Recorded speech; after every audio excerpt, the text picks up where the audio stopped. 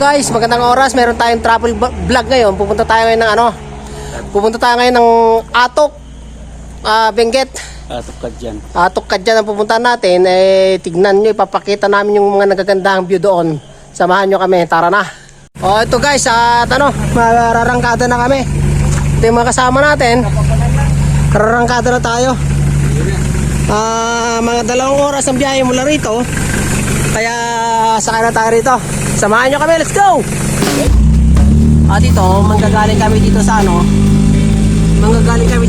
Quezben, Trinidad, Benguet, papunta ng Atok. Kaya naman medyo maahon na rangkada ito, maahon ng biyahe. Ito, mga kipitsan, kanyang bilabed. Hello! Saka mga kasama. At ipapakita ko sa inyo yung mga hindi pa nakapunta sa lugar na yan.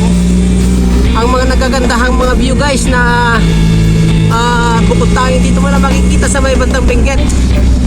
Kaya let's go, tara, samahan nyo kami, enjoy ang biyahe.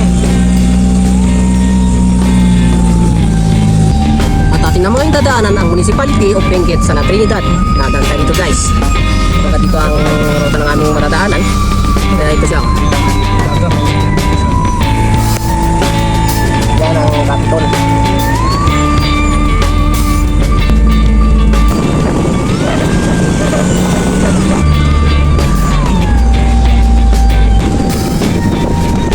Tulad ng mga ganyan guys, tingnan nyo naman yung mga nasa gilid-gilid ng bundok na yan na kitang-kitang kagandahan na likha ng Diyos, sapagkat siya lamang tanging may gawa niyan, hindi kayang likhain ng taong mga ganyan.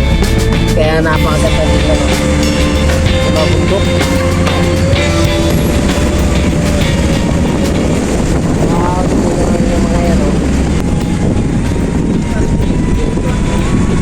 At magkakarga muna kami ng crudo guys, kasi mabahabang biyahe itong aming pupuntahan. Pagkamat hindi naman siya ganun kahaba, ay kailangan din natin na pakainin din ang ating sasakyan, hindi ba?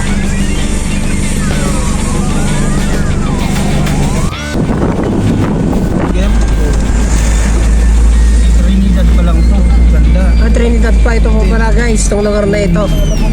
Malawak pala. Ito yung Silan daw ito. Itong lugar na ito, Silan na Trinidad, Benguet. Benguet ako ng Benguet kasi nakasanayan ko yun na sana naman at dyan sa mga madadaanan natin mamaya ay hindi ma-fog, sapagkat urada bigla na lang sumusulpot ang fog dito guys. Pero maluwag. Wow, ang ganda. Wow. Kiram di ba nagtutok na?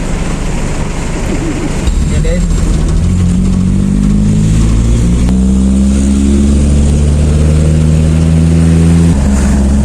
Ito guys, at sa daanan pa lang nakaka-enjoy tignan, no? Tignan nyo naman, oh. Diba?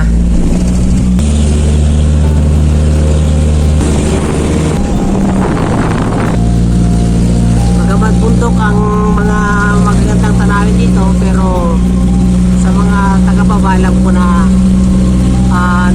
alam ko na kakaiba naman sa kanila itong mga ganito, sa pagkatuto nga magandang mga dito, magandang mga makikita mga tanawin tulad ng mga yan, gubat-gubat man, pero para sa akin na magandang mga ganito guys. Ito ang tanawin guys, napakaganda naman. Ayun oh.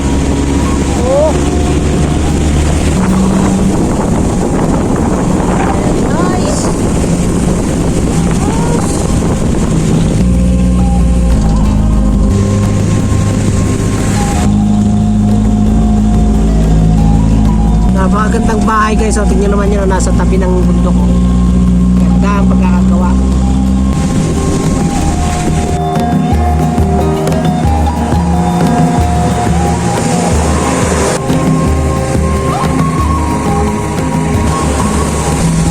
Ito, nag-stop over muna kami guys dahil aming tignan, aming ipapakita ang view deck kung tawagin dito, sapagkat napakaganda tong lugar na to. Nakikita mo talaga yung kagandahan ng tanawin. Ito Toblay, ano ba yan? Siege. Ito ang tinatawag na view deck na napakaganda guys. Oh. Tignan nyo naman, no? ang taas naman dito.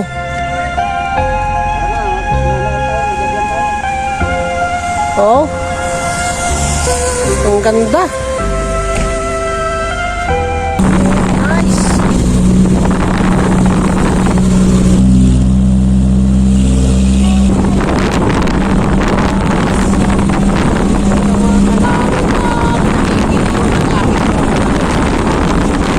At naglalaki ang mga puno ng pine tree na alaga talaga ng mga gobyerno yung mga pine tree na yan kasi nga hindi nila pinuputol.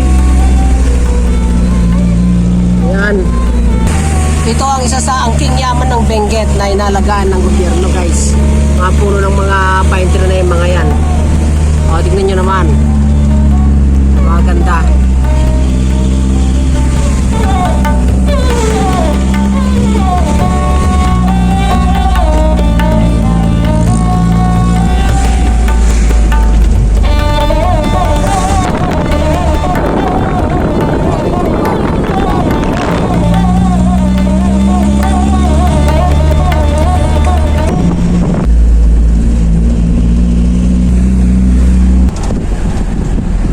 Ito na ang sinasabi ko dahil unti-unti na naman nagkakaroon ng fog. Dahil alam naman natin dito sa Benguet na ura-urada biglang sumusulpot ang fog eh. Ayan o. Sapagkat hindi namin na-expect na meron din palang traffic kundi dito sa may bandang saddle. Sa KM21 nga ba ata ito? Ayan o. 26 yan. 26 daw. Ayan o. Ayan, Dime View Hotel. Hindi ko po ito pinopromote. Bagkos sa daanan lang namin. May diwata pa pala dyan o.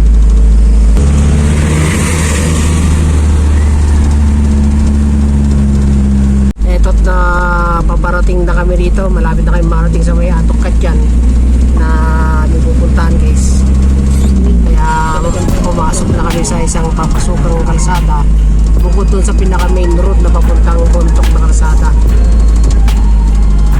Ayan ang mga kapakurbada ng mga daanan dito. Guys, tignan nyo naman, halos zero visibility itong ano ngayon dito. Itong sitwasyon dito sapagkat napakakapal na ng mga fog. Kung ilayan lang natin konti ang ang pupukusan natin ng camera ay hindi na makita. Ay dahil sa medyo magandang quality rin naman itong ginagamit natin na pang video, kaya maliwanag na makita. Ayan o, palikuli ko nga lang daanan dito. Wow, may mga agos o.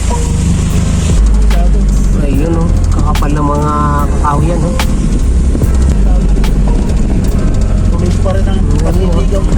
Paliko talaga ng paliko itong mga daanan dito.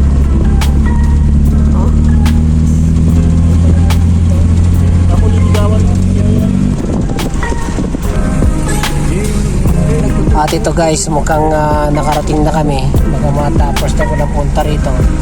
Kaya nakarating na rin kami sa aming destination na pupuntahan, guys. Dito na kami. Yan, at pinaparada na ng aming driver o ng aking pinsan.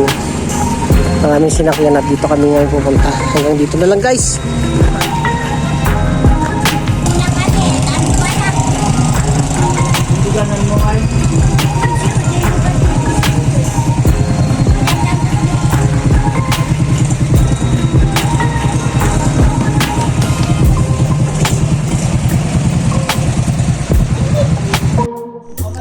At explore muna natin ang bawat paligid dito kung anong mga setup ng mga bahay nila dito, bahay-bahay nila, guys. Ito may mga kakakoyan, mga nakaparadang mga motor dito.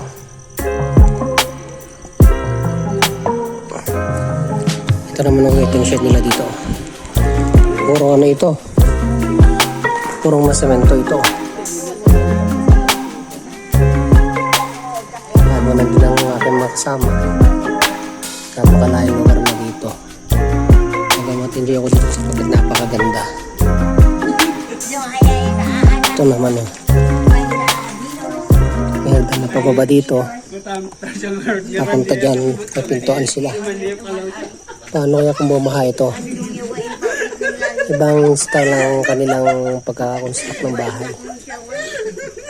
Maaring doon siguro agos ng tubig. At sasama tayo sa kanila. Dahil meron pa silang pupunta sa may baba. At explore na rin tayo. Medyo mahirap atang daanan.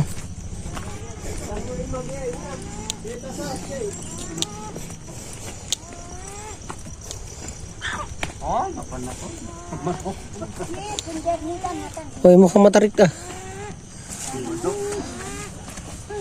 Ano itong nandito? Manok. Ano dito? Ano ito? Manok. Sino nandun? Saan? Ay, manok pala yon. Ingay na yon. Pugo. Pugo raw dito. Medyo matarik.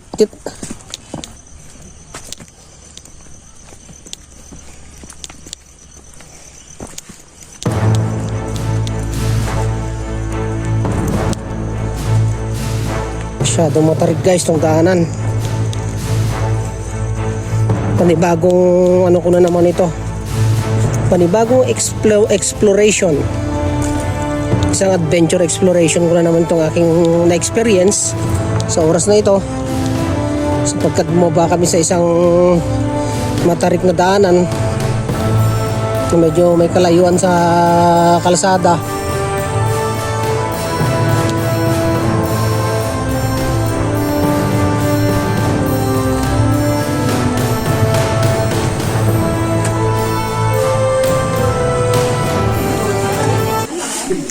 Ito at may salo-salo kaming nadatnan kaya magkikikain nga rin kami.